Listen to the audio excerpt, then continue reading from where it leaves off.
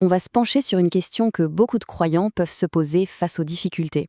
Si ma foi est la bonne, pourquoi est-ce que c'est si dur? Aujourd'hui, on explore la réponse assez surprenante d'un guide spirituel. Pour lui, l'adversité, loin d'être un signe de faiblesse, serait en fait une preuve de vérité. Tout commence par une tension, un dilemme qui peut vraiment ébranler les convictions les plus solides. C'est une interrogation à la fois spirituelle et, en fait, profondément humaine. Et la voilà, cette fameuse question au cœur de tout. Si une foi est la vérité, pourquoi ces adeptes semblaient-ils souffrir et être constamment attaqués? C'est une question puissante parce qu'elle touche à la logique même de la croyance. Face à ce dilemme, la réponse du guide est radicalement à contre-courant. L'idée n'est pas de justifier la souffrance, mais de la réinterpréter complètement, de renverser totalement la perspective. Et voici l'argument choc. Les attaques ne seraient pas un signe de faiblesse, mais bien la preuve éblouissante que l'islam est la vraie religion. C'est un retournement de situation complet. On ne dit plus « nous souffrons malgré la vérité », mais plutôt « nous souffrons parce que c'est la vérité ». D'accord, mais comment cette logique fonctionne-t-elle? Eh bien, le raisonnement est assez direct. On ne se bat pas contre une ombre, n'est-ce pas? Si l'islam était une idée inoffensive ou fausse, on l'ignorerait. Selon ce guide, l'intensité et la persistance des attaques prouveraient que les opposants eux-mêmes perçoivent cette foi comme une force réelle et puissante. Pour appuyer son idée, le guide s'ancre dans le Coran. Ce verset suggère que non seulement l'opposition est attendue, mais qu'elle fait partie d'un plan divin. C'est l'image de la lumière. On peut bien essayer de souffler dessus, mais cela ne fera que rendre l'éclat final promis par Dieu encore plus vif. Et pour rendre ça encore plus concret, il y a une analogie très parlante, celle de l'or. L'or brut doit passer par le feu pour être purifié, pour que toutes les impuretés soient brûlées.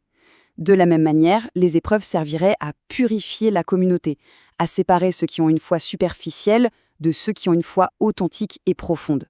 La souffrance devient alors un révélateur. Cet argument repose sur deux grands piliers. Le premier, c'est l'idée que cette lutte n'est absolument pas une surprise. Le guide soutient que tout était déjà annoncé dans les textes sacrés, un peu comme une feuille de route pour les périodes difficiles. Ce verset du Coran est on ne peut plus clair. Croire, ce n'est pas seulement le dire. La foi est une affirmation qui sera forcément mise à l'épreuve. Dans cette vision des choses, le test n'est pas une punition, mais bien la conséquence logique et nécessaire de la déclaration de foi. Le guide cite aussi cette parole du prophète qui annonce un cycle. L'islam aurait commencé de manière marginale, comme un étranger, et il redeviendrait ainsi.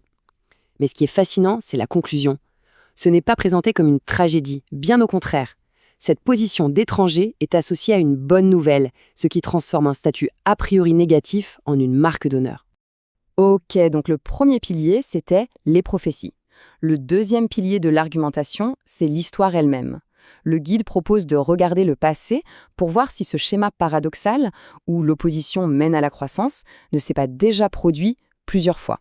Et cette frise résume bien sa lecture de l'histoire. De la persécution initiale à la Mecque, qui aurait finalement conduit à une expansion mondiale, aux croisades qui auraient déclenché une renaissance intellectuelle, jusqu'au colonialisme qui aurait suscité un réveil islamique moderne.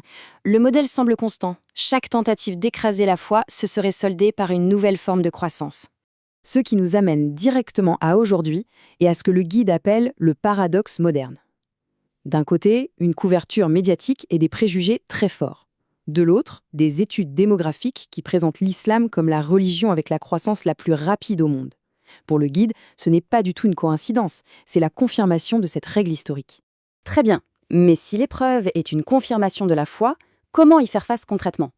Le guide ne se contente pas de la théorie, il propose un véritable mode d'emploi pour rester ferme au milieu de la tempête. Voici les 5 attitudes clés qu'il recommande. D'abord, s'accrocher au texte. Ensuite, pratiquer la patience, le sabre en arabe, qui n'est pas une attente passive, mais une endurance active.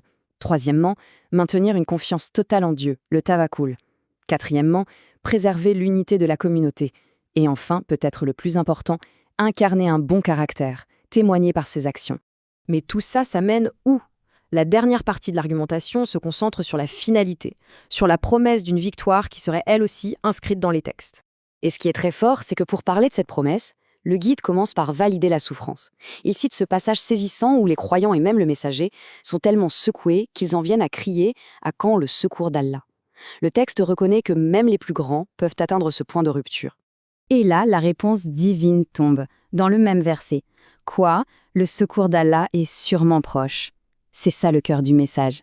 L'aide n'est pas promise pour un futur lointain. Elle est promise comme étant proche, au moment précis où tout semble perdu. C'est au fond du gouffre que la lumière est la plus accessible. Enfin, le guide conclut avec ce qu'il présente comme une garantie ultime, un verset qui affirme que Dieu ne donnera jamais aux incroyants une voie de victoire définitive sur les croyants. Le mot-clé, c'est bien définitive. Les défaites peuvent exister, mais elles seraient par nature toujours temporaires. En résumé, ce guide spirituel est une invitation à un véritable changement de regard. L'épreuve n'est plus un signe d'abandon divin, mais au contraire un test annoncé, un mécanisme qui viendrait confirmer la vérité et la solidité de la foi. C'est une manière de transformer la souffrance en sens. Finalement, cette analyse nous laisse avec une question qui dépasse le cadre d'une seule religion. Comment une perspective, une narration, un récit peuvent-ils façonner complètement le sens que l'on donne à une lutte ? Jusqu'à quel point le pouvoir de l'interprétation peut-il transformer la nature même de nos épreuves ?